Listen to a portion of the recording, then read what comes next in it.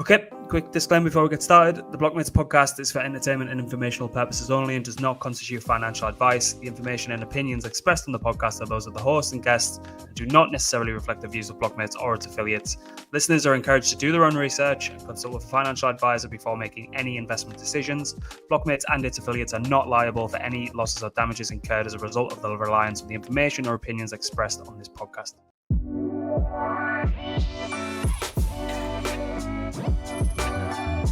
Good morning, Degen. How are we, lads? Knackered. All right. Knackered. Fat and shattered. Nah. Fat and shattered, and we are soon to be in Thailand for the big boys stag do, so prime shape, ready for that. Yeah, it might be one of the last times you ever see me. So, See you. See us all. last hurrah. Yeah. To be fair, you might get me and Grant next week. Yeah. But then, yeah. After that, that'll be the last episode ever. Yeah. Despite all the good work that we try and do on this, you might not actually hear from us again. Hope that doesn't turn into a bit if something bad does happen. Touch wood. Don't want to wish anything on. I take that back. Maybe edit that out. No, don't okay, prices and flows. So as standard, it changed in between us jumping on and going live.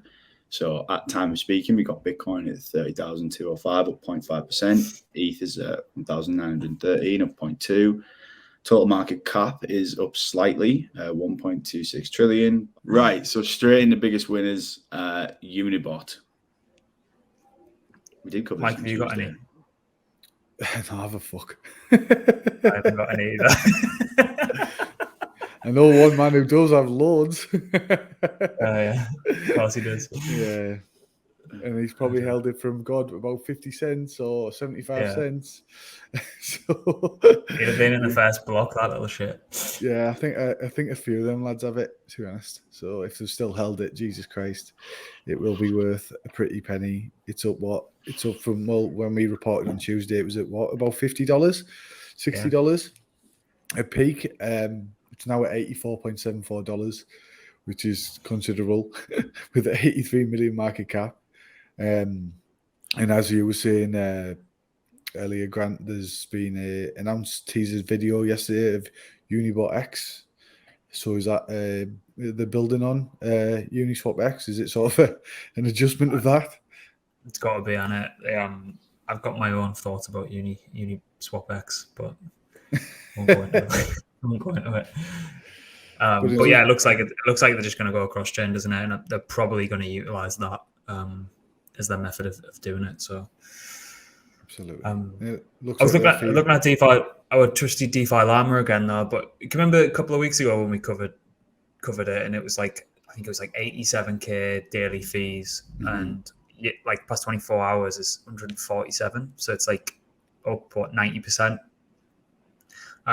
Sat in number 7 of all networks and all protocols behind Lido and Velodrome. So Jesus, it's not doing well. I will caveat that by saying I'm pretty sure there's a portion of the buy and sell tax that is contributed to revenue. Yeah, so it might be slightly skewed.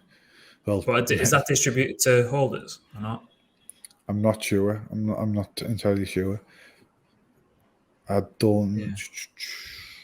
But in terms of I guess in terms of the whole meta, it has seen a rising tides sees all ships rise. Jesus Christ! We are literally like Anchorman this week. I've made tons of mistakes, and Mike can't get his words out. So sorry. But like I was saying, CoinGecko have now added their own category on there for Telegram bots. And there is considerable, and they all seem to, majority of them seem to be absolutely flying. So in terms of a meta, we're probably late at the boat really in terms of getting into anything like that. But unless there's any new launches and the meta continues, but it doesn't seem to be slowing down. Like in terms of even Unibot, that's 83 million market cap.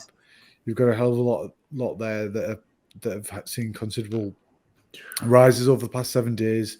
Genie bots over 600%. You've got Waggy bot over 700%, Bolt bot over 2,187%. So Jesus, take your pick, really. Wow. It smells a bit toppy, that, doesn't it? Yeah. It stinks at the top. But like, isn't the best thing just to kind of bet on the winner? Like usually. Well, yeah, you always Isn't this get how like these things play out? Yeah, you always get ones that try to catch the wave, don't you? And they never seem to last, or not many of them last, shall we say? So I wouldn't be bidding. This would be typical of us owning the only other one that isn't yet launched. In YOLO NOLO, that's migrated from Solana to Ethereum.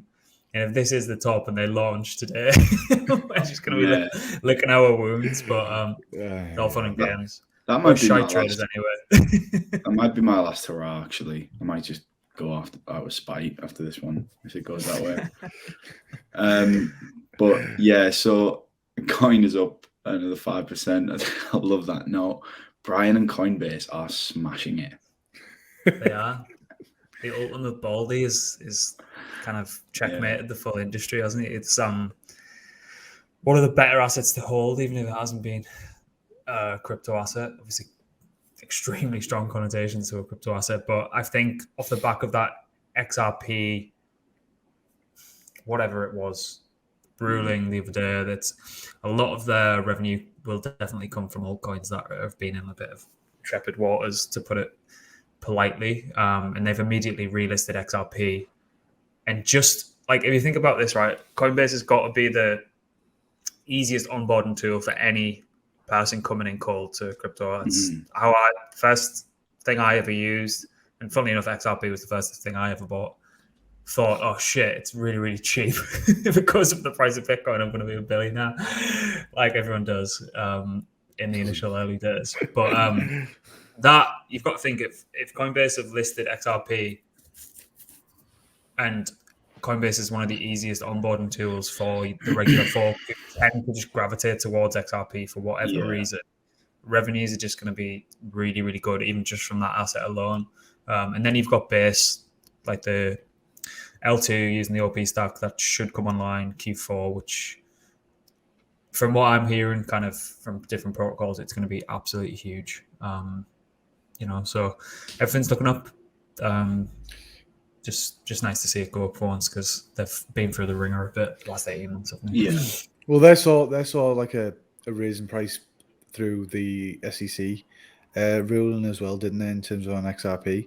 But the only thing I've seen is that Gary Gensler or the SEC have refrained to say whether they'll appeal the verdict on that, which is obviously slightly negative, and they always play this thing in the shadows, don't they? So we'll just have to, like, again, it's always seeing how these things play out, because you never know what they're going to do next. He wants 109 million to fight the wild west of crypto as well. Yeah, no. You'd assume there'd be a huge knee-jerk reaction if they've got egg on the face following that, though, wouldn't you? Yeah, based on absolutely. before it. Surely there's some apprehension with his decisions going forward now. Yeah, I don't know. I don't think he does either. Yeah. So there is this news of this dormant wallet that came out yesterday, transferring a shitload of ETH. Yeah, we were talking about it yesterday, weren't we? So, $116 million worth at current prices of ETH. I think it's like 62,216 or something, if I'm remembering the numbers correctly. It hasn't been moved ever since the pre-mine. So the pre-mine was a 2-week period where people could purchase ETH with Bitcoin. For early contributors, like founders, people who are going to build on top of Ethereum and all that kind of shit. Quite hotly contested, and always gets, if someone's like anti-Ethereum, a lot of the Bitcoin maxis will throw that up because there was an extremely large portion of the ETH supply that was minted during the pre-mine. Obviously, it's been inflated a little bit since then, and will probably get deflated back with EIP 1559 live now. But I think some people like traced it back, and the initial purchase was like 19 grand. At a cost basis of like 31 cents. So you stand a 19 grand investment, 8 years ago, hasn't touched it, and now sat on $116 million worth of ETH, which he's sent to Kraken. So kudos to him, but I don't know. You're gonna have to keep an eye on ETH over the next couple of days. You can kind of see it in the chart. Any small 4-hour candle or 15-minute 4-hour candle that looks like it wants to break out just immediately gets slammed back down on Bitcoin and ETH. So I'd assume that Mt. Gox Bitcoin is being sold, and I'd assume this ETH that's been sent to Kraken is going to be sold, because Kraken don't have the staking product anymore. That got Gary took that away. So it's not being staked. So yeah, that's that one. Yeah. And then one little bit of news that did catch my eye, because Mike made me laugh, is this headline of 8 billion people will go on-chain over the next decade, Coinbase protocols lead, just Pollack is claiming. Basically, the long and short of it is that they're basically saying the crypto adoption will explode in the next few years. Our feeling is there's so much growth ahead of us. Where are we? We have less than 10 million people on chain today. There's going to be 8 billion people on chain over the next decade. Mike quite rightly pointed out that we've maybe got a way to go from a UX UI. Well, yeah, I do think you've got a bit of a roadblock with getting people on chain with the whole wallet situation. I think 95% drop off at that point, and I think 99% drop off when trying to use most protocols, even including a DEX. So obviously in terms of technology developments, that could change a whole lot in that 10 years. So you could see a wallet that's a lot easier to set up, and you've got non-custodial wallets and all sorts of technological solutions that could circumnavigate the whole wallet setup that we have currently. That is it's not for us, it's not a pain, but when Grant sat there with many individual, I've done the same with all our mates and even Hewell in terms of how to set up a bloody MetaMask. Yeah, so, you've been through the ring, you lads. Absolutely. So I do think there's a hell of a long way to go. Not to say that it's impossible. I do think there's as we've said for quite a while, there's a lot of even UI enhancements across the board that makes it easier and more accessible for people to use, as you would an app on your phone from the App Store. It needs to be that easy, doesn't it, in terms of to onboard the masses, because as soon as there's any roadblocks, it's a bit like, I know it's a complicated version of online banking.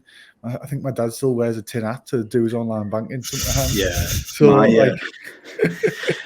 my granddad sent his contactless Halifax card back because he was convinced there was a technology that meant that people could drain his bank account while he was standing at the bar in the social club. So he must be the only bloke ever to have rang Halifax and said, "Get rid of my contactless card." I think they dig out. But no, we're joking about it. But genuinely, gone are the days of Murph sending step-by-step guides on how to buy Tell on KuCoin, and you with the old kind of chats that we used to have. Like I say, even over the past 18 months, and genuinely, quick shout out to say, even Unblock, who we use, the UI and the UX of on and off ramp and stuff now, really is massively different. So making it easier. There's reasons to be optimistic, genuinely low. So I do get that. What do you think, Grant? Unless the dogs are barking and you can't respond. No, I've chucked them in the pool. No, and I think a lot of stuff that's coming out now with account abstraction and Web3 auth, where you can sign in with your Google account.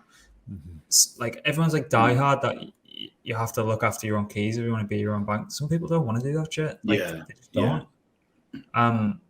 Probably the vast majority. So it's just it's always just the case of the maximalist speaking the loudest, what everyone else should do, and follow suit, or you're a pleb. Just get over yourself. If we're going to actually reach mass adoption, no one's going to be using fucking MetaMask, for God's sake. It's absolutely pathetic.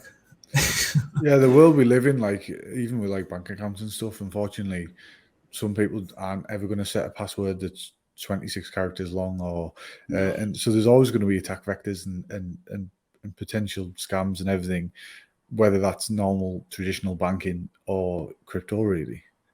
Yeah. Well, interesting one anyway. And at that, I think we can probably end it there, unless we have anything else. Huh? Not to say. No. All right. Sweet. Cheers. Cheers. Bye.